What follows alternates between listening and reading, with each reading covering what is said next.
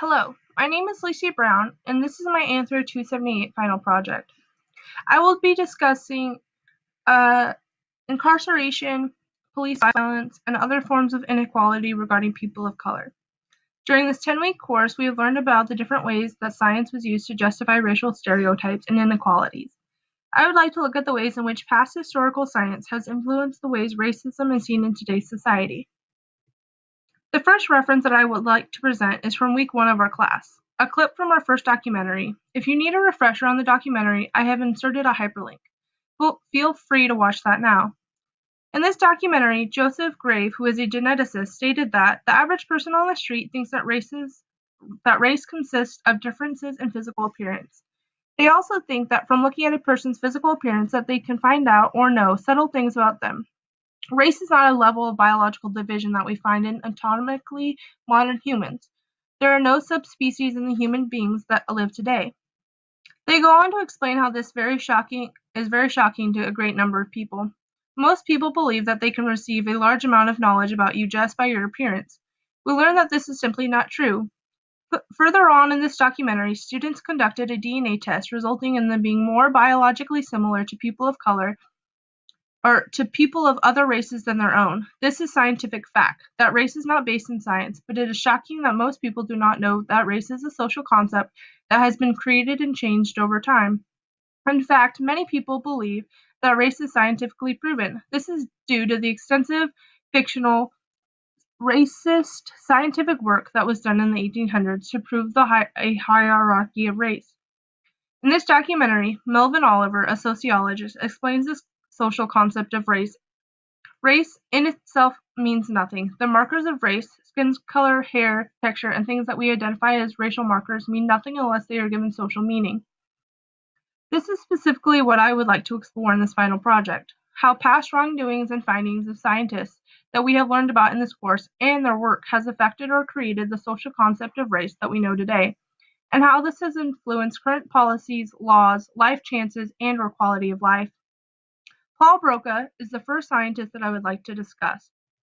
As we learned in Stephen Jay Gould's book, The Mismeasure of Man, and then again in Lecture 5 at Larry Lee's lecture videos, Paul Broca was a racist who used science and numbers to prove a hierarchy of race that favored white people through the measurement of brain size. He was found to have manipulated his findings to justify this hierarchy. When he found a brain capacity of a white male that was smaller in comparison, he interpreted that as coming from old age. He then decided that anything related to old age or old age diseases could be the cause of a smaller brain capacity in white males. He continued to do this with people of lower socioeconomics.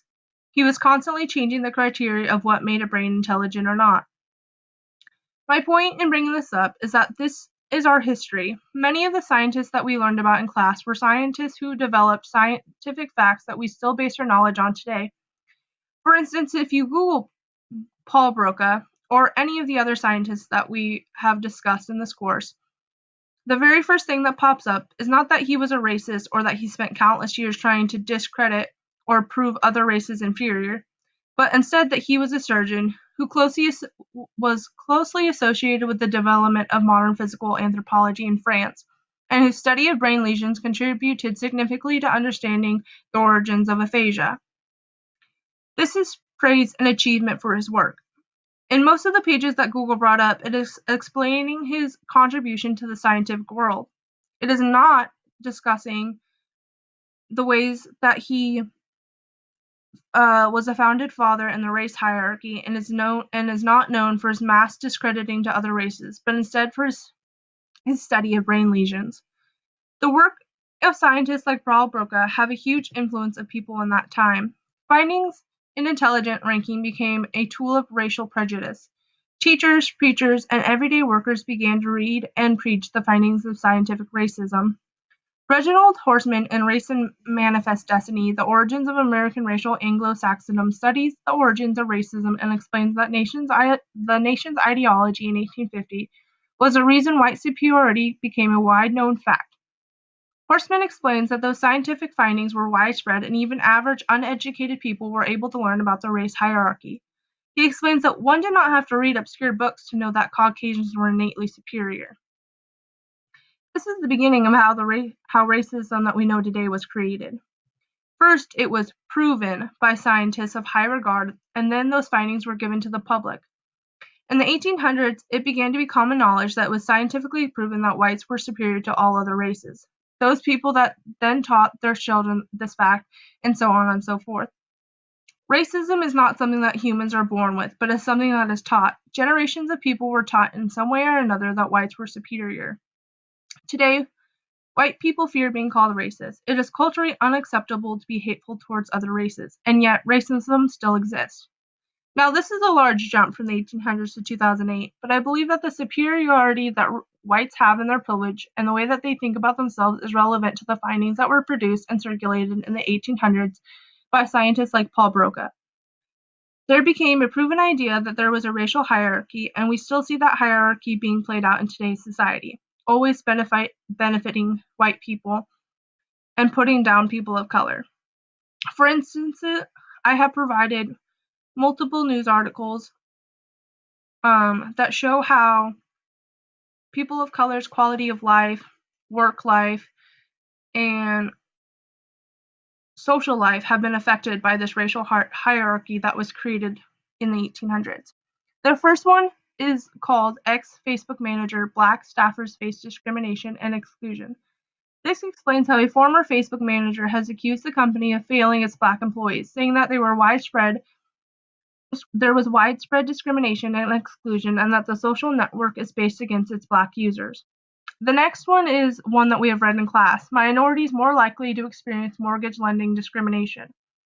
This explains that inquiries sent using the name Jake Kruger got a response 72% of the time when compared to Deshaun Banks, who only received a response 62% of the time.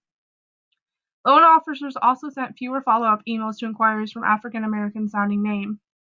And lastly, San Francisco city workers' continued call to end racial discrimination states that black workers and residents are suffering when it comes to employment in San Francisco. Brenda Barrows, a chapter president of Service Employees International, said in a rally, "We are here to ask the board that runs the city to take bold steps once and for all, to work with labor to stop the discrimination, bullying, and unfair treatment." These are all current news articles explaining that people of color are still receiving discrimination in the workforce. This slide features a link to Kimberly Crenshaw's TED Talk on intersectionality. If you haven't watched it yet, she asks the audience to stand and tells them to sit down if they hear a name they don't know anything about. All the names that she states are names of people of color that have been killed by the police. A majority of the audience knows the male names, but only 4 people know the names that are female. Crenshaw goes on to explain how women are not equally represented in the Black Lives Matter movement. While I do think that Crenshaw's contribution to intersectionality is relevant and needed in today's society, what I would like to point out is the number of names that she states, about 25. That is a large number of people that have been killed by the police in just the last few years, all of them people of color. Statistically, people of color are targeted and killed by the police more often than white people. This is a quote by 18-year-old Michael Brown right before he was killed by a policeman. "I don't have a gun. Stop shooting." Not only are people of color killed by police more, they are incarcerated at extremely high rates. Devah Pager did a study where she asked people what names sounded white and what names sounded like non-white names. She then asked used those names to apply for jobs and found that applicants with white-sounding names got more callbacks for interviews. She also found that if the person had a criminal record, that they had fewer callbacks if the name sounded non-white. This is my last slide. It is a set of statistics taken from NAAP, an organization focused on gaining equality. These statistics are alarming, but need to be said and circulated in society. People of color are incarcerated at extremely high rates. They are also killed by police at extremely high rates. They are also not called back by employers, mortgage lenders at extremely high rates. Scientists in the 1800s created a hierarchy of race that put white people at the top and ranked people of color lower.